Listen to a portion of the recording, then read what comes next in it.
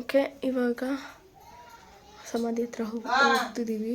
ಅಮ್ಮಂದು ಮತ್ತು ತಾತನ ಹತ್ರ ಪೂಜೆ ಮಾಡ್ಕೊಂಬರೋಕ್ಕೆ. ಅಮ್ಮನ ತಾತನ ಮಾತ್ರ ಪೂಜೆ ಮಾಡೋದು. ಬಿಕಾಸ್ ತಾತ ಸತ್ತಿ 1 year ಆದಾಗ ನಾವು ಏನೂ ಕಾರ್ಯ ಮಾಡಿರಲಿಲ್ಲ. ಬಿಕಾಸ್ ಅಮ್ಮಂದು ಅವಾಗ ಆಯ್ತಲ್ಲ 1 ವರ್ಷದ ಆಯಿತು ಅಂತ. ಸೊ ಅದು ನಾನು ಬ್ರೀಫಾಗಿ ಇನ್ನೊಂದ್ಸತಿ ಎಕ್ಸ್ಪ್ಲೈನ್ ಮಾಡ್ತೀನಿ ಏನಕ್ಕೆ ಅಂತ. ನೋಡಿ, ಪೂಜೆ ಸಾಮಾನೆಲ್ಲ ಇದೆ, ರೆಡಿಯಾಗಿದೆ. ಇವಾಗ ಹೊರಡೋಣ. ಕಂಟಿನ್ಯೂ ಮಾಡ್ತೀನಿ ಬ್ಲಾಗ್ನ. ಹಾಗೆ ನಮ್ಮ ತೋಟನ ತೋರಿಸ್ತೀನಿ.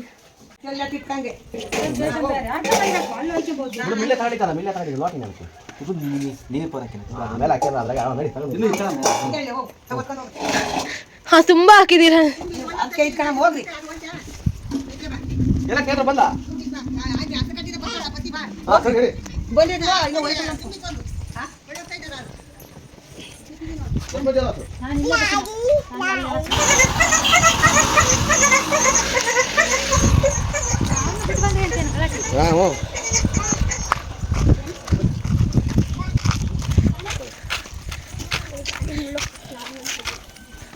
ನಾವು ಸಮಾಧಿ ಹತ್ರಕ್ಕೆ ಬುತ್ತಿ ತೊಗೊಂಡು ಹೋಗ್ತಾ ಇದ್ದೀವಿ. ಬುತ್ತಿ ಅಂದರೆ ಅದರಲ್ಲಿ ಪಾನಕ ಇರುತ್ತೆ ಮತ್ತು ಪಲ್ಲಾರ ಅಂದರೆ ಕಡಲೆಬೇಳೆದು ಕೋಸಂಬರಿ ಅಂತ ಅಂದ್ಕೊಳ್ಳಿ. ಅದನ್ನು ಹಳ್ಳಿಗಳೆಲ್ಲ ಪಲ್ಲಾರ ಅಂತಲೇ ಹೇಳ್ತಾರೆ. ಮೇ ಬಿ ಗೊತ್ತಿರುತ್ತೆ ಅನ್ಕೋತೀನಿ ಎಲ್ಲರಿಗೂ. ನಾನು, ಅಪ್ಪ, ಚಿಕ್ಕಪ್ಪ, ಅಜ್ಜಿ ಒಬ್ಬರು ಮನೇಲೇ ಇದ್ದರು. ಮನೆ ಬಾಗಿಲು ಹಾಕಬಾರ್ದು ಅನ್ನೋ ರೀಸನ್ಗೆ ನಾನು, ಚಿಕ್ಕಪ್ಪ ಮತ್ತು ಮಂಜಕ್ಕಜ್ಜಿ ಅಂದರೆ ನಮ್ಮ ಅಜ್ಜಿಯವರ ತಂಗಿ ಅವರು, ಮತ್ತು ಅಂಬಿಕಕ್ಕ ಅಂದರೆ ನಮ್ಮ ಅಜ್ಜಿಯವರ ತಂಗಿ ಮಗಳು, ಎಲ್ಲರೂ ಕೂಡ ಹೋಗಿದ್ವಿ ನಾವು. ಸೊ ಅಲ್ಲಿ ಹೋಗಿ ಅಲ್ಲಿ ಪೂಜೆ ಅಂದರೆ ಸಮಾಧಿಗೆ ಏನೇನು ಪೂಜೆ ಐಟಮ್ಸ್ ಬೇಕೋ ಎಲ್ಲನೂ ತೊಗೊಂಡಿದ್ವಿ. ಕೆಲವೊಂದು ಐಟಮ್ ಮರ್ತೋಗ್ಬಿಟ್ಟಿದ್ದೀವಿ ಅದರೊಳಗಡೆ ಇಡೋದನ್ನು. ಬೆಂಕಿಪಟ್ಟಣ ಮರ್ತಿದ್ವಿ. ಮತ್ತು ದೀಪದೆಣ್ಣೆನೂ ಮರ್ತ್ಬಿಟ್ಟಿದ್ವಿ. ಮತ್ತು ನಾವು ಪ್ರೀತುನ ಕಳಿಸಿದ್ವಿ, ನಮ್ಮ ಚಿಕ್ಕಪ್ಪನ ಮಗ. ನಿಮಗೆಲ್ಲ ಮೊದಲೇ ಗೊತ್ತಿದೆ ಅವನು ಪ್ರೀತು ಅಂದರೆ ಯಾರು ಅಂತ. ಅವನ್ನ ಮತ್ತೆ ನಾವು ಕಳಿಸಿದ್ವಿ. ಅವ್ನು ತೊಗೊಬಂದ ಪಾಪ. ಈ ವ್ಲಾಗ್ ಮಾಡೋಕ್ಕೆ ಹೆಲ್ಪ್ ಮಾಡಿದ್ದು ನಮ್ರತ ಅಂತ. ಸ್ಪೆಷಲ್ ಥ್ಯಾಂಕ್ಸ್ ಹೇಳಬೇಕು ಅವ್ರಿಗೆ. ನಾನು ಆ ಬುತ್ತಿ ಎತ್ಕೊಂಡು ವ್ಲಾಗೆಲ್ಲ ಮಾಡೋಕ್ಕಾಗ್ತಿರ್ಲಿಲ್ಲ. ಅವ್ರು ತುಂಬ ಹೆಲ್ಪ್ ಮಾಡಿದ್ರು. ನೆಕ್ಸ್ಟು ಇವಾಗ ನಾವು ಸಮಾಧಿ ಹತ್ರ ಬಂದ್ವಿ. ನಮ್ಮ ತಾತಂದು ಮತ್ತು ಅಮ್ಮಂದು ಇಬ್ಬರದು ಅಕ್ಕಪಕ್ಕನೇ ಹಾಕಿರೋದು. ಮೀನ್ಸ್ ಮಣ್ಣು ಮಾಡಿರೋದು, ಅಕ್ಕಪಕ್ಕನೇ ಮಣ್ಣು ಮಾಡಿರೋದು. ಇದೆಲ್ಲ ನಮ್ಮದೇ ತೋಟ. ನಮ್ಮ ತೋಟದಲ್ಲೇ ನಾವು ಮಣ್ಣು ಮಾಡಿದ್ದೀವಿ. ಅದು ಚಪ್ಪರ ಕಟ್ಟಿರೋದು ತಾತಂದು, ಚಪ್ಪರ ಹಾಕದೇ ಇರೋದು ಅಮ್ಮಂದು. ಚಪ್ಪರ ಹಾಕಿರೋ ರೀಸನ್ ಬಂದು ತಾತಂದು ಮೊದಲನೇ ವರ್ಷದ ತಿಥಿ ನಾವು ಮಾಡಿಲ್ಲ. ಅಷ್ಟೊತ್ತಿಗೆ ಅಮ್ಮ ಎಕ್ಸ್ಪೈರ್ ಆದರು. ಸೊ ಮೊದಲನೇ ವರ್ಷದ ತಿಥಿ ಮಾಡಬಾರ್ದು ಅಂತ ಆಯಿತು. ಸೊ ಆ ರೀಸನಿಂದ ಅಮ್ಮಂದು ಮೊದಲನೇ ವರ್ಷದ ತಿಥಿ ಮಾಡಿದ್ವಿ. ತಾತಂದಕ್ಕೂ ಅಮ್ಮಂದಕ್ಕೂ ಡಿಫ್ರೆನ್ಸ್ ಇದ್ದಿದ್ದು 1.5 ತಿಂಗಳು ಡಿಫ್ರೆನ್ಸ್ ಇತ್ತು. ಸೊ ಇವೆರಡೂ ಒಟ್ಟಿಗೇನೂ ಮಾಡೋಕ್ಕಾಗಲಿಲ್ಲ. ಸೊ ಸಪ್ರೇಟಾಗಿ ಮಾಡೋದ್ರ ಬದಲು ತಾತಂದು ಇದೇ ಟೈಮೇ ಅಲ್ವಾ, ಪಿತೃಪಕ್ಷನೇ ಬರುತ್ತೆ. ಸೊ ಪಿತೃಪಕ್ಷಕ್ಕೂ ಎಡೆ ಹಾಕ್ದಂಗೆ ಆಗುತ್ತೆ. ಮತ್ತು ವರ್ಷದ ತಿಥಿ ಏನು ಮಿಸ್ ಆಗಿತ್ತು ಅದು ಕಂಟಿನ್ಯೂ ಮಾಡ್ದಂಗೂ ಆಗುತ್ತೆ. ಎರಡೂ ಒಂದೇ ಸತಿ ಇಟ್ಕೊಳ್ಳೋಣ ಅಂತ ಡಿಸೈಡ್ ಮಾಡಿ ನಾವು ಈ ಥರ ಮಾಡಿರೋದು. ಪೂಜಾರನ್ನ ಕೇಳಿನೇ ನಾವು ಈ ಥರ ಡಿಸೈಡ್ ಮಾಡಿದ್ದು. ಚಪ್ಪರ ಹಾಕಿ ಅರಿಶಿನ, ಕುಂಕುಮ, ದೀಪ, ಮತ್ತು ನಾವು ಅವ್ರಿಗೆ ಇಲ್ಲೇನೂ ಎಡೆ ಹಾಕೋ ಹಾಗಿಲ್ಲ. ಇಲ್ಲಿ ಯಾವಾಗ ಅಂದರೆ ಯುಗಾದಿ ಹಬ್ಬದಲ್ಲಿ ಇಲ್ಲಿ ಎಡೆ ಹಾಕ್ತೀವಿ. ಈ ಟೈಮಲ್ಲಿ ಎಡೆ ಹಾಕೋ ಹಾಗಿಲ್ಲ ಸಮಾಧಿ ಹತ್ರ. ಸೊ ಅಲ್ಲಿ ಏನು ಕಾರ್ಯ ಇದೆ, ಸುತ್ತ ನೀರು ಹಾಕಿರ್ಬೋದು, ಹೂವು ಹಾಕೋದಾಗಿರ್ಬೋದು, ಅದನ್ನು ನಾವು ಮುಗಿಸ್ಕೊಳ್ತಾ ಇದ್ವಿ. ಅರಿಶಿನ, ಕುಂಕುಮ ಮತ್ತು 2 ಕಡೆ ದೀಪ ಹಚ್ಚಿ, ತೆಂಗಿನಕಾಯಿ ಹೊಡೆದು, ಬಾಳೆಹಣ್ಣು ಇಟ್ಟು ಎಲ್ಲರೂ ಪೂಜೆ ಮಾಡ್ತೀವಿ. ಸೊ ಸಖತ್ತು ಬೇಜಾರಾಗ್ತಿತ್ತು. ಈ ವ್ಲಾಗ್ ಎಡಿಟ್ ಮಾಡಬೇಕಾದಾಗಲೂ ತುಂಬ ಅಳು ಬರ್ತಾಯಿದೆ. ಬಿಕಾಸ್ ತಾಯಿ ಅನ್ನೋ ಸ್ಥಾನ ಎಷ್ಟು ಇಂಪಾರ್ಟೆಂಟ್ ಆಗುತ್ತೆ ಒಂದು ಹೆಣ್ಮಗುಗೆ ಅಂದರೆ. ಅವ್ರ ಮದುವೆ ಆದಮೇಲೆ ಗೊತ್ತಾಗೋದು ಲೈಕ್ ನಮ್ಮ ತಾಯಿ ಬೆಲೆ. ಬಿಕಾಸ್ ನಾವು ಚಿಕ್ಕ ವಯಸ್ಸಲ್ಲಿ ಹೇಗೆ ಹೇಳ್ತಿದ್ವಿ, ಮನೇಲೇ ಇರ್ತೀಯ, ಬೆಳಗ್ಗೆಯಿಂದ ಏನು ಮಾಡ್ತೀಯ ಅನ್ನೋ ವರ್ಡ್ಗಳನ್ನ ನಾವು ಯೂಶ್ವಲಿ ಪೇರೆಂಟ್ಸ್ಗೆ ಯೂಸ್ ಮಾಡಿರ್ತೀವಿ. ಎಸ್ಪೆಷಲಿ ಅಮ್ಮಂಗೆ ಯೂಸ್ ಮಾಡಿರ್ತೀವಿ. ಬಟ್ ಅದು ಮದುವೆ ಆದಮೇಲೆ ರಿಯಲೈಸ್ ಆಗುತ್ತೆ. ಬೆಳಗ್ಗೆಯಿಂದ ಪಾಪ ಅವ್ರು ಎಷ್ಟು ಕೆಲಸಗಳನ್ನ ಮಾಡ್ತಾರೆ. ಬಟ್ ಅದನ್ನು ಅವರೇನು ಹೇಳ್ಕೊಳ್ಳೋದು ಇಲ್ಲ ನಾನು ಇಷ್ಟೆಲ್ಲ ಮಾಡಿದ್ದೀನಿ ಅಂತ. ಅವ್ರು ನಮಗೋಸ್ಕರ ಎಷ್ಟೆಲ್ಲ ಮಾಡಿದ್ರು ನಾವು ಅದನ್ನು ಅರ್ಥ ಮಾಡ್ಕೊಳ್ಳೋದ್ರಲ್ಲಿ ಕೆಲವೊಂದು ಸತಿ ಸೋತೋಗ್ತೀವಿ ಅಂತ ಹೇಳ್ಬೋದು. ಸಾರಿ, ಕ್ಯಾಮ್ರಾ ಸ್ವಲ್ಪ ಅವರು ವ್ಲಾಗ್ ಮಾಡಬೇಕಾದಾಗ ತುಂಬ ಹ್ಯಾಂಡ್ ಶೇಕ್ ಮಾಡಿದ್ದಾರೆ. ಸೊ ಆ ರೀಸನಿಂದ ಸ್ವಲ್ಪ ವ್ಲಾಗಲ್ಲಿ ಲೈಕ್ ಶಿವರಿಂಗ್ ಆಗ್ತಿದೆ. ಸೊ ಪ್ಲೀಸ್ ಏನೂ ಅಂದ್ಕೋಬೇಡಿ. ನನಗೆ ತುಂಬ ರಿಯಲೈಸ್ ಆಗಿದ್ದೇನು ಅಂದರೆ, ಪೇರೆಂಟ್ಸ್ ಇರಬೇಕಾದಾಗಲೇ ಅವ್ರನ್ನ ತುಂಬ ಚೆನ್ನಾಗಿ ನೋಡ್ಕೋಬೇಕು. ಐ ಫೀಲ್ ದಟ್ ನಮ್ಮಮ್ಮನ ಇನ್ನೂ ಚೆನ್ನಾಗಿ ನೋಡ್ಕೋಬೇಕು ಇತ್ತು ಅಂತ ನಂಗೆ ಇವತ್ತಿಗೂ ಅನಿಸುತ್ತೆ, ಮುಂದಕ್ಕೂ ಅನಿಸುತ್ತೆ. ಓಕೆ, ತುಂಬ ಎಮೋಷ್ನಲ್ ಆಗಲ್ಲ. ಎಕ್ಸ್ಪೆಷಲಿ ಮನೆಗೆ ಅಂತ ಇವಾಗ ನಾನೇನಾದರೂ ನನ್ನ ತವ್ರ ಮನೆಗೆ ಹೋದಾಗ ಫಸ್ಟು ಅಮ್ಮ ಇದ್ದಿದ್ದಿದ್ರೆ ಹಿಂಗಿರ್ತಿತ್ತು ಹಂಗಿರ್ತಿತ್ತು ಅಂತ ಥಿಂಕ್ ಬಂದೇ ಬರುತ್ತೆ. ಏನೂ ಮಾಡೋಕ್ಕಾಗಲ್ಲ. ಅದು ನನ್ನ ಬ್ಯಾಡ್ ಲಕ್ ಅಂತ ಅಂದ್ಕೊತೀವಿ. ನಾವು ಸುಖವಾಗಿರೋ ಟೈಮಲ್ಲೇ ನಮ್ಮನ್ನೇನೋ ಒಂದು ಕಷ್ಟ ಕೊಡ್ತಾನೆ, ಕಿತ್ಕೊತಾನೆ ದೇವರು ಅಂತ ಹೇಳ್ತಾರಲ್ಲ, ಅದು ಹೀಗೆ ಇರಬಹುದು ಐ ಥಿಂಕ್. ಓಕೆ, ಇದು ಆ್ಯಕ್ಚುಲಿ ನಾವು ಸಮಾಧಿ ಕಟ್ಟಿಸ್ಬೇಕು ಅಂತ ಅಂದ್ಕೊಂಡಿದ್ವಿ. ಬಟ್ ವರ್ಷ ಇದೆಲ್ಲ ಮುಗಿಯೋವರೆಗೂ ಗುಂಡಿ ತೋಡಬಾರ್ದು ಅಂತ ಹೇಳ್ತಾರೆ ಶಾಸ್ತ್ರಗಳಲ್ಲಿ. ಸೊ ಆ ರೀಸನಿಂದ ನಾವು ಇಬ್ಬರದ್ದು ಇನ್ನೂ ಸಮಾಧಿ ಇನ್ನೂ ಕಟ್ಟಿಸಿಲ್ಲ. ಮುಂದಕ್ಕೆ ಕಟ್ಟಿಸ್ತೀವಿ. ಇನ್ನೊಂದು ಬೇಜಾರು ಏನಂದರೆ, ನಮ್ಮ ತಾತ ಎಕ್ಸ್ಪೈರ್ ಆದಾಗ ನಾನು ಅವ್ರ ಕೊನೆಯದಾಗ ಅವ್ರ ಮುಖನೂ ಸಹ ನೋಡೋಕ್ಕಾಗಲಿಲ್ಲ. ಬಿಕಾಸ್ ಆವಾಗ ನಾನು ಜಸ್ಟು 1 ವೀಕ್ ಲೈಕ್ ಮಗು ಹುಟ್ಟಿ 1 ವಾರಕ್ಕೆ ನಮ್ಮ ತಾತ ಎಕ್ಸ್ಪೈರ್ ಆಗಿದ್ದು. ಆವಾಗ ನಾನು ಇನ್ನೂ ಬಾಣಂತಿ. ಅಟ್ಲೀಸ್ಟ್ 1-2 ತಿಂಗಳಾಗಿ 3 ತಿಂಗಳೇನಾದರೂ ಆಗಿದ್ದರೆ ನಾನು ಹೋಗ್ತಿದ್ನೇನೋ. ಬಟ್ 1 ವಾರ ಅಷ್ಟೇ ಆಗಿದ್ದಿದ್ದು. ಸೊ ಯಾರೂ ಬರಬೇಡ, 1 ವಾರ ಅಷ್ಟೇ ಆಗಿರೋದು, ಇನ್ನು ರೆಸ್ಟ್ ಮಾಡಬೇಕು. ಅದು ಬೇರೆ ಸೆಕ್ಷನ್ ಆಗಿದ್ದಿದ್ದು ನನಗೆ. ಸೊ ಟ್ರಾವೆಲಿಂಗ್ ಸ್ವಲ್ಪ ತುಂಬ ಕಷ್ಟ ಆಗೋದು ಆ ಟೈಮಲ್ಲಿ. ಸೊ ಅದು ತುಂಬ ಬೇಜಾರಿದೆ. ವಿಡಿಯೋ ಕಾಲಲ್ಲಿ ನೋಡಿರಬಹುದು, ಬಟ್ ಆದರೆ ರಿಯಲ್ಲಾಗಿ ನೋಡೋದು ತುಂಬ ಇಂಪಾರ್ಟೆಂಟ್ ಆಗುತ್ತೆ ಅಲ್ವಾ. ನಮ್ಮ ತಾತ ತುಂಬ ಇನ್ನೋಸೆಂಟ್ ಇದ್ದರು, ತುಂಬ ಮುಗ್ಧರಿದ್ದರು. ಕೊನೆಯಲ್ಲಿ ತುಂಬ ಲೈಕ್ ಕೊನೆಯಲ್ಲಿ ನನ್ನ ಮದುವೆಗೆ ಬಂದಾಗಲೇ ನಾನು ಅವ್ರನ್ನ ನೋಡಿದ್ದು. ಮದುವೆ ಆದಮೇಲಿಂದ ನಾನು ಊರಿಗೆ ಹೋಗೋಕ್ಕೆ ಆಗಲಿಲ್ಲ. ಬಿಕಾಸ್ ಕೊರೋನಾ ಇತ್ತು.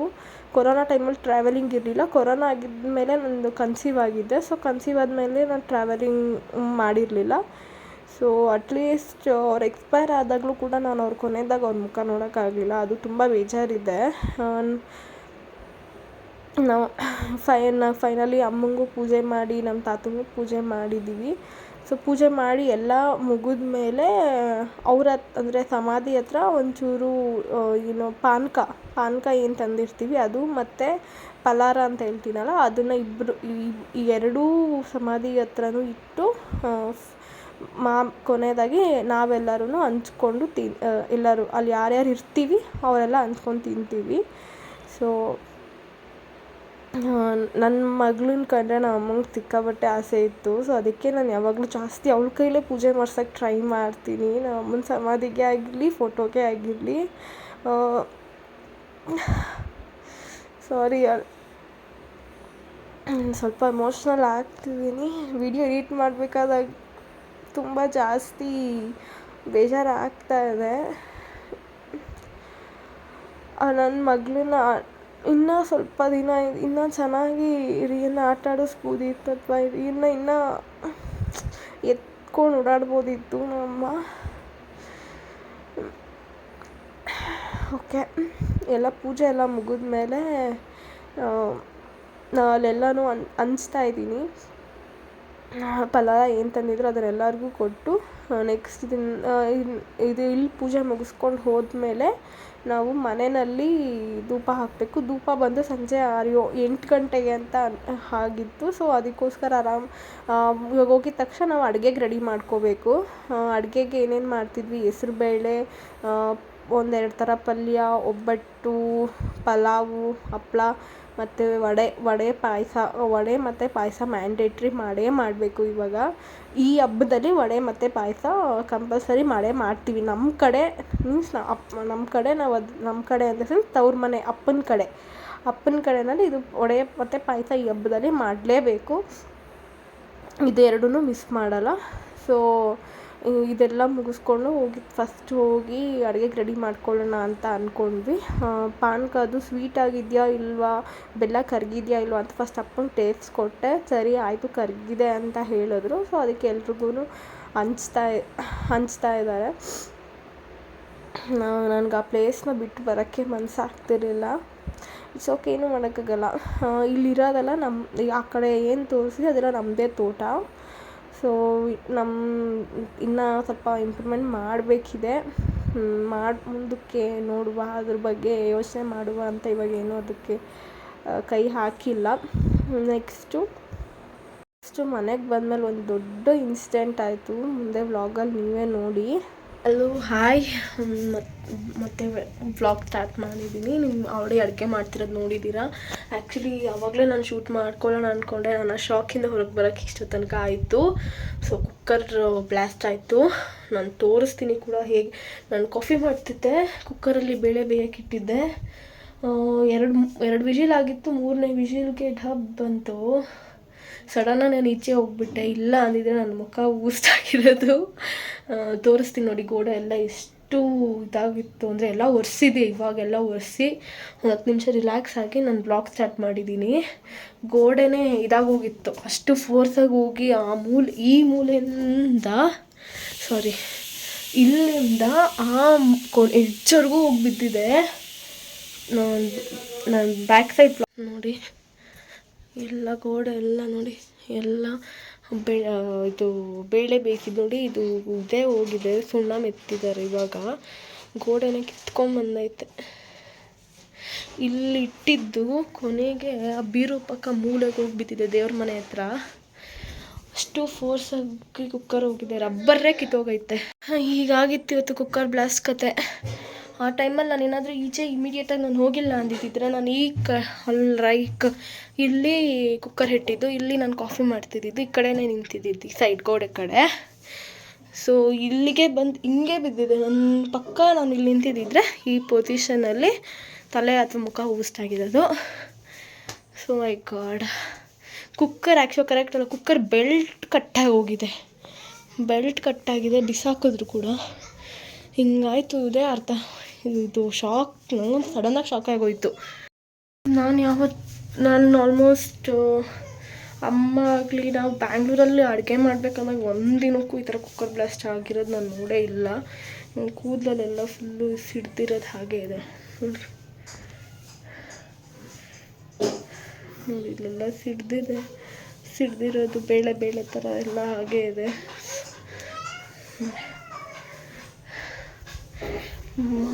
ದೇವ್ರೆ, ನಿಮಿಷ ಜೀವ ಬಾಯಿಗೆ ಬಂದ್ಬಿಟ್ಟಿತ್ತು. ಲೈಕ್ ಫೇಸ್ಗೆ ಏನಾದರೂ ಆಗಿಬಿಟ್ಟೆ ತುಂಬ ಕಷ್ಟ.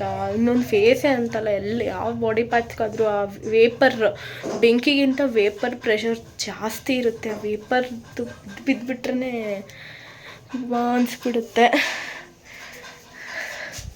ಏನಕ್ಕೆ ಇವತ್ತು ಹಂಗೆ ಸಡನ್ನಾಗಿ ಆಯಿತು ಅಂತಲೂ ಅರ್ಥ ಆಗ್ತಿಲ್ಲ. ಕುಕ್ಕರ್ ಎಲ್ಲೋಯ್ತದು ತೋರಿಸ್ತೀನಿ ರೀ ಆಮೇಲೆ. ಇಲ್ಲೇ ಐತಲ್ಲ ಕುಕ್ಕರ್ ಸಿಡ್ದಿದ್ದಕ್ಕೆ ಹೀಗಾಗಿದೆ. ಹ್ಯಾಂಡಲ್ಲು ಮುರಿದೋಗಿತ್ತು. ಇದು ಹಿಂಗಾಗಿದೆ. ಯಾವ ಥರ ಆಗಿದೆ ಕುಕ್ಕರ್ ಮುಚ್ಚಳ.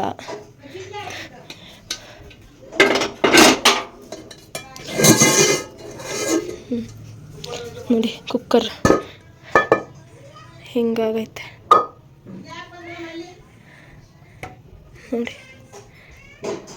ಹೇಗೆ ಇದು ಕರೆಕ್ಟಾಗಿ ಗೋಡೆಗೆ ಹೀಗೆ ಇದಾಗಿದೆಯಲ್ಲ, ಸೊ ಅದಕ್ಕೇ ನೋಡಿ ಹಿಂಗೆ ಇದು ಬಡ್ದು ಹೋಗಿದೆ. ಸೊ ಇಲ್ಲಿ ಇವಾಗ ಸ್ವಲ್ಪ ಸುಣ್ಣ ಹಾಕಿದ್ದಾರೆ ನೋಡಿ, ನಿಮಗೆ ಗೊತ್ತಾಗುತ್ತೆ ಪ್ಯಾಚ್ ಹೋಗಿರೋದು ಸಿಡ್ದಿದೆ. ಹೆಂಚ್ಗೇನಾದರೂ ಸಿಡ್ದಿದ್ದರೆ ಹೆಂಚು ಹೋಗ್ಬಿಟ್ಟಿರೋದು. ಏನಕ್ಕೆ ಏನಾಯಿತು ಅಂತ ಗೊತ್ತಾಗ್ತಿಲ್ಲ.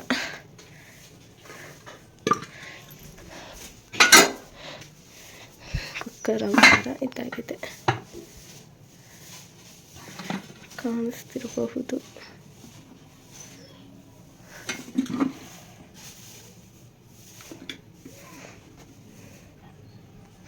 ಹಿಂಗಾಯ್ತು ಇವತ್ತಿನ ಕತೆ. ಕತೆ ವ್ಯತೆ ನೋಡಿ. ಫುಲ್ಲು ಕುಕ್ಕರ್ ಇರ್ತದೆ. ಇವಾಗಿನ ಕ್ಲಾರಿಟಿ ಇದೆ ನೋಡಿ. ಸುಣ್ಣ ಹಾಕಿದ್ದಾರೆ, ಸುಣ್ಣ ಮೆತ್ತಿದ್ದಾರೆ. ಅದಾದರೂ ನೀಟಾಗಿಲ್ಲ, ಆಮೇಲಿಂದ ಬಡಿತೀನಿ ಅಂತ ಅಂದರು. 2 ಕಡೆ ಇದೋಗಿದೆ, ಇದು ಅಷ್ಟೇ. ಇಲ್ಲಿ ಸ್ವಲ್ಪ ಹೋಗಿದೆ, ಇಲ್ಲಿ ಜಾಸ್ತಿ ಹೋಗಿದೆ. ಈ ಕಡೆ ಫುಲ್ ಹೀಗಾಗಿದೆ ಇಲ್ಲಿವರೆಗೂ. ಇನ್ನಿಲ್ಲೂ ಅಷ್ಟೇ, ಇಲ್ಲಿಂದ ಇಲ್ಲಿವರೆಗೂ ಫುಲ್ ಸಿಡ್ದಿದೆ. ಆ ದೇವ್ರ ಮನೆ ಕಾಣಿಸ್ತಿದೆಯಲ್ಲ, ಅಲ್ಲಿಗೆ ಹೋಗಿ ಬಿದ್ದಿತ್ತು ಕುಕ್ಕರು. ಈ ಕಡೆ ಇಲ್ಲಿರೋದು ಅಡುಗೆ ಕಿಚನ್ ಟೈಪಲ್ಲಿ, ಸ್ಟವ್ ಇಟ್ಟಿರೋದು ಈ ಕಡೆ, ಬಟ್ ಅಲ್ಲಿ ಕುಕ್ಕರ್ ಹೋಗಿ ಬಿದ್ದಿತ್ತು, ಆ ಮೂಲೆಗೆ ಬಿದ್ದಿತ್ತು. ಎಕ್ಸಾಕ್ಟ್ ಬಿರು ಪಕ್ಕ ಫುಲ್ ಇನ್ನೂ ಹಿಂದೆ ಹೋಗಿತ್ತು. ಅದನ್ನು ಪಣ್ತ ಅಂತೀವಿ, ಪಣ್ತದ ಹತ್ರ ಬಿದ್ದಿತ್ತು. ಇನ್ನೆಷ್ಟು ಇದಾಗ ಹರಿರಬೇಕು, ಎಷ್ಟು ಫೋರ್ಸಾಗಿ ಅದು ಪ್ರೆಷರ್ ಇದಾಗಿರಬೇಕು. ಸದ್ಯಕ್ಕೆ ನಾನು ಇದ್ದಿದ್ದಕ್ಕೆ ಆ ಟೈಮಲ್ಲಿ ಮೈಂಡ್ ಯೂಸ್ ಮಾಡಿ ನಾನು ಈಚೆ ಹೋಗ್ಬಿಟ್ಟೆ. ಇಟ್ಸ್ ಓಕೆ, ಕಿಚನ್ ಹೆಂಚು ಹೋದರೆ ಹೋಗುತ್ತೆ, ಅಥವಾ ಲೈಕ್ ಗೋಡೆ ಏನಾದರೂ ಆದರೂ ಪರವಾಗಿಲ್ಲ. ಅದೇ ಈ ಟೈಮಲ್ಲಿ ಅಜ್ಜಿದಿರು ಯಾರಾದರೂ ಇತ್ತು ಅಂದರೆ ಕಷ್ಟ. ಅವ್ರಿಗೆ ಗೊತ್ತಾಗಲ್ಲ ಆ ಟೈಮಲ್ಲಿ ಏನು ಮಾಡಬೇಕು ಅಂತ. ತುಂಬ ಪ್ರಾಬ್ಲಮ್ ಆಗುತ್ತೆ ಆ ಟೈಮ್ಗಳಲ್ಲಿ. ಓಕೆ, ಇಟ್ಸ್ ಓಕೆ, ಆಗಿದ್ದಾಯ್ತು, ಏನೂ ಮಾಡೋಕ್ಕಾಗಲ್ಲ. ಇದೆಲ್ಲ ಅಡುಗೆ ಮಾಡಬೇಕಾದ್ರೆ ಕೆಲವೊಂದು ಸಮ್ಟೈಮ್ಸ್ ಆಗುತ್ತೆ. ಇದು ನನ್ನ ಫಸ್ಟ್ ಎಕ್ಸ್ಪೀರಿಯನ್ಸ್ ಕುಕ್ಕರ್ ಬ್ಲಾಸ್ಟ್ ಆಗಿತ್ತು. ನಾನು ಇಷ್ಟು ವರ್ಷದಲ್ಲಿ ನಮ್ಮ ಅಮ್ಮ ಅಡುಗೆ ಮಾಡಬೇಕಾದಾಗಲಿ, ನಾನು ಇವಾಗ ಮಾಡ್ತಿರ್ಬೇಕಾದಾಗ ಯಾವತ್ತೂ ಆಗಿರಲಿಲ್ಲ. ಫಸ್ಟ್ ಟೈಮ್ ಇದೊಂದು ಎಕ್ಸ್ಪೀರಿಯನ್ಸ್ ಆಯಿತು. It's okay. ನಮಗೆ ಬನ್ನಿ ಅಪ್ಪ ಏನು ಅಡುಗೆ ಮಾಡ್ತಾರೆ ಅಂತ ತೋರಿಸ್ತೀನಿ. ಅಡುಗೆ ಭಟ್ರು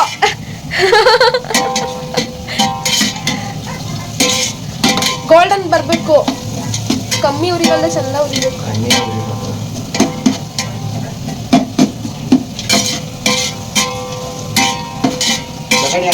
ಇವಾಗ ಹಾಕಲ್ಲ ಅಪ್ಪ. ನೀ ಒಳ್ಳೆ ಅಡ್ಗೆ ಬಿಟ್ರೆ ಏನು ಅಡ್ಗೆ ಬರ್ತಿಲ್ಲ.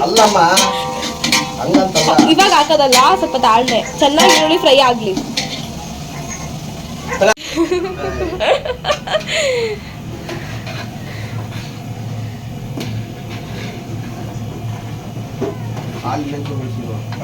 ಆಲ್ರೆಡಿ ನೋಡಿದ್ದೀರಾ, ಅಪ್ಪ ಅಡುಗೆ ಮಾಡ್ತಾಯಿದ್ರು. ಕೆಲವೊಂದೆಲ್ಲ ನಾವು ಮಾಡಿ, ಅಂದರೆ ಪಾಯಸ, ಅನ್ನ ಸಾರು ಎಲ್ಲ ಮುಗಿಸಿದ್ಮೇಲೆ ಕೊನೆಯದಾಗಿ ಅಪ್ಪ ಪಲಾವ್ ಮಾಡ್ತಾಯಿದ್ರು.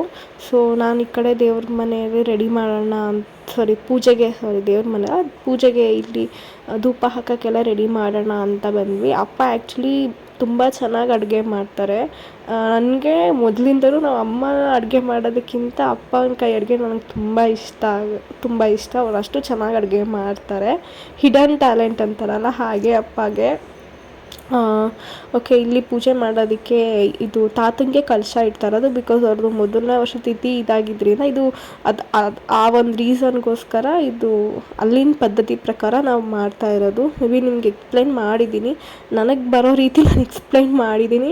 ನಿಮ್ಗೆ ಅರ್ಥ ಆಯಿತು ಇವಾಗ ನನಗೆ ಗೊತ್ತಿಲ್ಲ. ಸಾರಿ ಇಫ್ ಇನ್ ಕೇಸ್ ಅರ್ಥ ಆಗಿಲ್ಲ ಅಂದರೆ ನೆಕ್ಸ್ಟ್ ಟೈಮ್ ಯಾವಾಗಾದರೂ ನಮ್ಮ ಅಜ್ಜಿ ಕೈನಲ್ಲೇ ಎಕ್ಸ್ಪ್ಲೈನ್ ಮಾಡಿಸ್ತೀನಿ ಊರಿಗೆ ಹೋದಾಗ.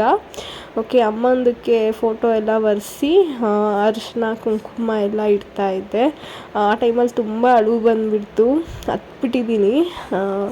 ಅರಿಶಿನ ಕುಂಕುಮ ಎಲ್ಲ ಇಡಬೇಕಾದ್ರೆ ತುಂಬ ಮಿಸ್ ಮಾಡ್ಕೊಳ್ತಿರ್ತೀವಲ್ಲ, ಅದೊಂಥರ ಮೂಮೆಂಟ್. ನನ್ನ ಮಗಳು ಅಮ್ಮಮ್ಮ ಅಂತ ಬೇರೆ ಹೇಳ್ತಿದ್ಲು, ಅದು ಸಿಕ್ಕಾಬಟ್ಟೆ ಅಳು ಬಂದುಬಿಟ್ಟಿತ್ತು ನನಗೆ ಆ ಮೂಮೆಂಟ್ಗೆ. ನಾ ಹೇಳ್ಕೊಟ್ಟಿರೋದಕ್ಕೆ ಅವಳಿಗೆ ಗೊತ್ತು, ಅವಳಿಗೆ ಅಷ್ಟು ನೆನಪಿಲ್ಲ. ಬಿಕಾಸ್ ಅವಳಿಗೆ ಅವಾಗ 8 months ಅಮ್ಮ ಎಕ್ಸ್ಪೈರ್ ಆದಾಗ, ಅವಳು she is only just 8 months baby. ಅಮ್ಮ ಎಕ್ಸ್ಪೈರ್ ಆದಾಗ ಓಕೆ, ಫೈನಲಿ ಕಲಶಕ್ಕೆ ಹೂವು ಎಲ್ಲ ಇಟ್ಟು ಅಮ್ಮಂಗೆ ಹಾರ ತಂದಿದ್ರು. ಫೋಟೋಗೆ ಹಾರ ಹಾಕಿದ್ದೀವಿ ತಾತಂದಕ್ಕೆ. ಇಲ್ಲಿ ಅಮ್ಮಂದಕ್ಕೆ ಫೋಟೋಗೆ ಹಾರ ಹಾಕ್ತಾಯಿದ್ದೀವಿ. ಸೊ ಫೈನಲಿ ಅಡುಗೆ ಎಲ್ಲ ಮುಗೀತಲ್ಲ. ಸೊ ಎಲೆ ಹಾಕಿ ಎಡೆಗೆ ಎಲ್ಲ ರೆಡಿ ಮಾಡ್ಕೊ ಅಂತ ಹೇಳ್ತಿದ್ರು ಅಪ್ಪ. ಹಾಗೆ ಅಂಗಡಿಯಿಂದ ಸ್ವೀಟ್ಸು ಮತ್ತು ಬೇರೆ ಚಕ್ಲಿ ನಿಪ್ಪಟ್ಟು ಆ ಥರ ಎಲ್ಲ ಏನೂ ಇಡಲ್ಲ. ಸ್ವೀಟ್ಸ್ ಒಂದು ತರ್ತೀವಿ ಅಂಗಡಿಯಿಂದ. ಮಾಮೂಲಿ ಸ್ವೀಟ್ಸ್ ಇಟ್ಟಿದ್ದೀವಿ, ಬಾಳೆಹಣ್ಣು ಮತ್ತು ಹಣ್ಣುಗಳು. ಆಲ್ಮೋಸ್ಟ್ ಎಲ್ಲರ ಮನೆಯಲ್ಲೂ ಹೀಗೆ ಮಾಡ್ತಾರೆ. ನಾವು ವೆಜ್ ಮಾಡ್ತೀವಿ, ನಾನ್ ವೆಜ್ ಮಾಡೋದಿಲ್ಲ. ಕೆಲವ್ರ ಕಡೆ ನಾನ್ ವೆಜ್ ಕೂಡ ಮಾಡ್ತಾರೆ, ನಾವು ನಾನ್ ವೆಜ್ ಮಾಡೋದಿಲ್ಲ. ಈ ಥರ ಹಬ್ಬಗಳ ಟೈಮ್ಗಳಲ್ಲಿ ವೆಜ್ಜೇ ಮಾಡೋದು. ಸೊ ಹೆಸ್ರುಬೇಳೆ ಮಾಡಿದ್ವಿ, ಹೆಸ್ರುಬೇಳೆ ಪಾಯಸ ವಡೆ, ಪಲಾವು, ಅನ್ನ, ರಸಮ್ಮು. ಓಕೆ, ತಾತಂಗೆ ತಂದಿರೋ ಬಟ್ಟೆಗಳನ್ನೆಲ್ಲ ಕಲಶದ ಪಕ್ಕ ಇಡ್ತೀವಿ. ಕಲಶದ ಮೇಲೆ ಇಡೋದಿಲ್ಲ ನಾವು, ಕಲಶದ ಪಕ್ಕ ಇಡೋದು.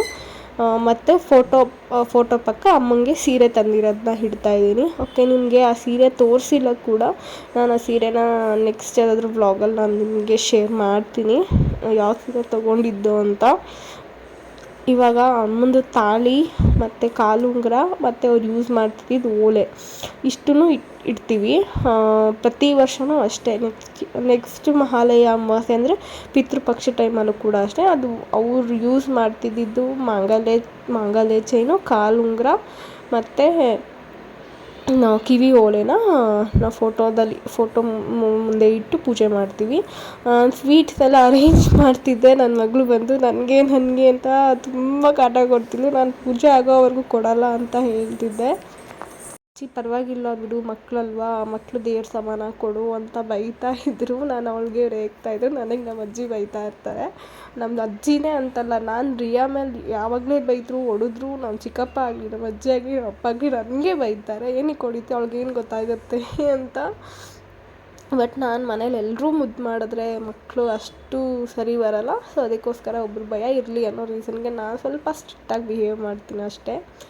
ಓಕೆ, ಫೈನಲಿ ಫಸ್ಟ್ ಅಪ್ಪನ ಕೈಯಲ್ಲೇ ಪೂಜೆ ಮಾಡ್ತಾನ ಅಂತ ನಮ್ಗೆ ಆಸೆ. ನಮ್ಮ ಅಪ್ಪನಿಗೆ ಅವ್ರ ಅಪ್ಪ ಅಂದರೆ ನಮ್ಮ ತಾತ ಅಂದರೆ ತುಂಬ ಇಷ್ಟ ಆಯಿತು. ಮತ್ತು ನಮ್ಮ ಅಮ್ಮನಿಗೆ ನಮ್ಮ ಅಪ್ಪನ ಮೇಲೆ ಎಷ್ಟು ಪ್ರೀತಿ ಅಂದರೆ ಅವರಿಬ್ರದ್ದು ಪೇರ್ ನನಗೆ personally as A husband and wife ಅವರಿಬ್ಬರು ನಂಗೆ ತುಂಬ ಇನ್ಸ್ಪೈರ್ ಮಾಡ್ತಾರೆ. ತುಂಬ ವಿಷಯಗಳಲ್ಲಿ ತುಂಬ ಇನ್ಸ್ಪೈರ್ ಮಾಡ್ತಾರೆ. ನಮ್ಮ ಅಮ್ಮನೇ ಆಗಲಿ, ನಮ್ಮ ಅಪ್ಪನೇ ಆಗಲಿ, ಲೈಕ್ ಅವರಿಬ್ಬರು ಅಂಡರ್ಸ್ಟ್ಯಾಂಡಿಂಗ್ ತುಂಬ ಅಂದರೆ ತುಂಬ ಚೆನ್ನಾಗಿತ್ತು. ಒಬ್ಬರು ಎಷ್ಟು ಮಟ್ಟಿಗೆ ಅರ್ಥ ಮಾಡ್ಕೊಂಡಿದ್ರು ಅಂದರೆ ನಾನು ಎಕ್ಸ್ಪ್ಲೈನ್ ಮಾಡೋಕ್ಕೆ ಆಗಲ್ಲ, ಅಷ್ಟು ಚೆನ್ನಾಗಿ ಅರ್ಥ ಮಾಡ್ಕೊಂಡಿದ್ರು. ನಾನು ಆ್ಯಕ್ಚುಲಿ ಮುಂಚೆ ವ್ಲಾಗಲ್ಲೇ ಹೇಳಿದ್ದೀನಿ ಈ ವರ್ಡ್ನ. ನಮ್ಮಪ್ಪ ಎಷ್ಟೊತ್ತೇ ಆಗಲಿ ಮನೆಗೆ ಬರೋದು, ನಮ್ಮಮ್ಮ ಅಪ್ಪನ ಬಿಟ್ಟು ಒಂದೇ ಒಂದು ದಿನ ಊಟ ಮಾಡಿಲ್ಲ ರಾತ್ರಿ ಹೊತ್ತು. ಬಿಕಾಸ್ ಮಾರ್ನಿಂಗು ಮತ್ತು ಈವ್ನಿಂಗಲ್ಲಿ ಮಾರ್ನಿಂಗ್ ಮತ್ತು ಆಫ್ಟರ್ನೂನಲ್ಲಿ ಇಬ್ಬರು ನಮ್ಮ ಅಪ್ಪ ಕೆಲ್ಸಕ್ಕೆ ಹೋಗೋರು. ಸೊ ಅವಾಗ ಪಾಸಿಬಲ್ ಇರೋದಿಲ್ಲ. ಬಟ್ ರಾತ್ರಿ ಒನ್ ಟೈಮ್ ಆದರೂ ಜೊತೇಲಿ ಕೂತ್ಕೊಂಡು ಊಟ ಮಾಡಬೇಕು ಅಂತ ನಮ್ಮಮ್ಮ ವೆಯ್ಟ್ ಮಾಡೋರು. ರಾತ್ರಿ 11 ಗಂಟೆ ಆದರೂ ಕೂಡ ವೆಯ್ಟ್ ಮಾಡೋರು. ಇದೇ ವಿಷಯ ಅಂತಲ್ಲ, ತುಂಬ ವಿಷಯಗಳಲ್ಲಿ ಅವರಿಬ್ಬರ ಮಧ್ಯೆ ತುಂಬ ಅಂಡರ್ಸ್ಟ್ಯಾಂಡಿಂಗ್ ಇತ್ತು. ನಮ್ಮ ಅಪ್ಪನೇ ಆಗಿರಲಿ, ಒಂದು ಕೆಲಸ ಮಾಡಬೇಕಾದಾಗ ನಮ್ಮ ಅಮ್ಮನ ಕೇಳ್ದಲೇ ಮಾಡ್ತಾ ಇರಲಿಲ್ಲ. ಅಮ್ಮನೇ ಆಗಿರಲಿ, ಒಂದೇನಾದರೂ ಮನೇಲಿ ಡಿಸಿಷನ್ ತೊಗೊಳ್ಳೋದೇ ಆಗಿರ್ಬೋದು, ಅಥವಾ ಏನೋ ಒಂದು ಕೆಲಸನೇ ಆಗಿರ್ಬೋದು, ಅಪ್ಪನ ಕೇಳ್ದಲೇ ಅವ್ರು ಡಿಸೈಡ್ ಮಾಡಿದ್ದೇ ಇಲ್ಲ. ಇಬ್ಬರೂ ಕೂತ್ಕೊಂಡು ಎಷ್ಟು ನೀಟಾಗಿ ಒಂದು ಟಾಪಿಕ್ ಬಗ್ಗೆ ಡಿಸ್ಕಸ್ ಮಾಡೋರು. ಅದು ಯಾವ ವಿಷಯನೇ ಆಗಿರ್ಬೋದು, ಇಂಥ ವಿಷಯನೇ ಅಂತ ಅಲ್ಲ, ಆ ವಿಷಯದಲ್ಲಿ ತುಂಬ ನನಗೆ ಅವರಿಬ್ಬರು ತುಂಬ ಪರ್ಸ್ನಲ್ಲಾಗಿ ತುಂಬ ಇಷ್ಟ ಆಗ್ತಾರೆ. ಒಂದು as A husband and wife ತುಂಬ ಅಂದರೆ ತುಂಬ ಇನ್ಸ್ಪೈರ್ ಮಾಡ್ತಾರೆ ಕೂಡ. ನಮ್ಮಪ್ಪ ಕೊನೆಯಲ್ಲಿ ನಮ್ಮ ಅಮ್ಮನ ನೋಡ್ಕೊಂಡಿದ್ದ ರೀತಿ ನಮ್ಮಪ್ಪ ಕೊನೆಯ ಟೈಮ್ಗಳಲ್ಲಿ ಅಮ್ಮನ ನೋಡ್ಕೊಂಡಿದ್ದ ರೀತಿ ಇವತ್ತಿಗೂ ನನ್ನ ಕಣ್ಣಲ್ಲಿ ನೀರು ತರಿಸುತ್ತೆ. ಅಷ್ಟು ಪ್ರೀತಿಯಿಂದ ನೋಡ್ಕೊಂಡಿದ್ದಾರೆ. ಅದೇ ಥರ ನಮ್ಮ ಅಮ್ಮನೂ ಕೂಡ ಲೈಕ್ ಹಾಸ್ಪಿಟಲಲ್ಲೆಲ್ಲ ಫುಡ್ ಕೊಟ್ಟಾಗ ಅಮ್ಮ ತಿನ್ನೋಕ್ಕಾಗದೇ ಇದ್ದಾಗ ನೀನು ತಿನ್ನು ಅಂತ ನಮ್ಮ ಅಪ್ಪಂಗೆ ತಿನ್ನಿಸೋರು. ಇಫ್ ಅವ್ರಿಗೆ ಶಕ್ತಿ ಇಲ್ಲ, ಶಿ ಕಾಂಟ್, ಬಟ್ ಆದರೆ ನಮ್ಮ ಅಪ್ಪನ ಬಗ್ಗೆ ಯೋಚನೆ ಮಾಡೋರು ಕೊನೆ ಮೂಮೆಂಟ್ಸ್ಗಳಲ್ಲೂ ಕೂಡ. ನಂಗೆ ಅದು ತುಂಬ ಅಂದರೆ ತುಂಬ ಲೈಕ್ ಅವರಿಬ್ಬರು ಬಗ್ಗೆ ಹೇಳ್ತಾ ಹೋದರೆ ಈ ವ್ಲಾಗಲ್ಲ, ಈ ಲೈಫೇ ಸಾಲಲ್ಲ ಅನಿಸುತ್ತೆ.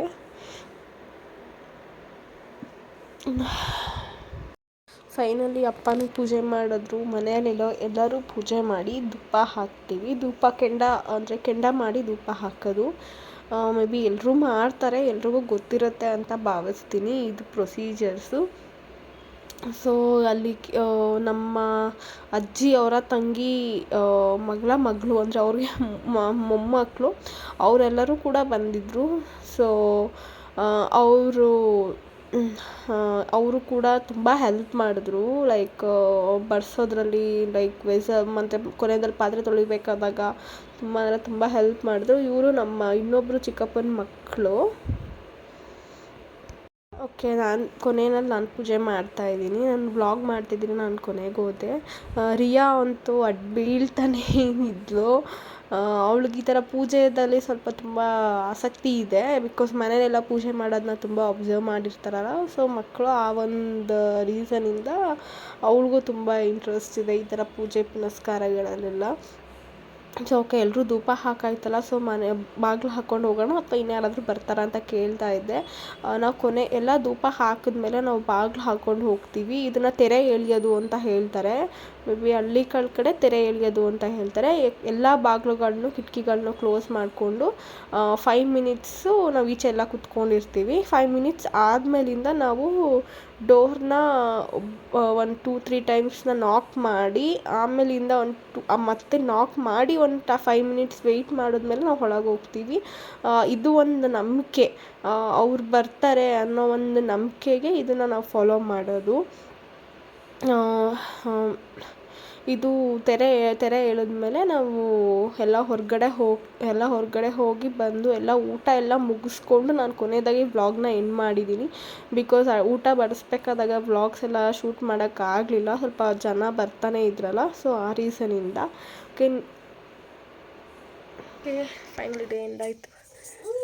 ಹೋಪ್ ನಿಮ್ಗೆಲ್ಲರಿಗೂ ವ್ಲಾಗ್ ಇಷ್ಟ ಆಗಿದೆ ಅಂತ ಅನ್ಕೋತೀನಿ. ನಿಮಗೆಲ್ಲ ವ್ಲಾಗ್ ಇಷ್ಟ ಆಗಿದ್ರೆ please like, share, comment, subscribe ಮಾಡಿ ಅಂತ ಕೇಳ್ಕೊತೀನಿ. Thank you, bye.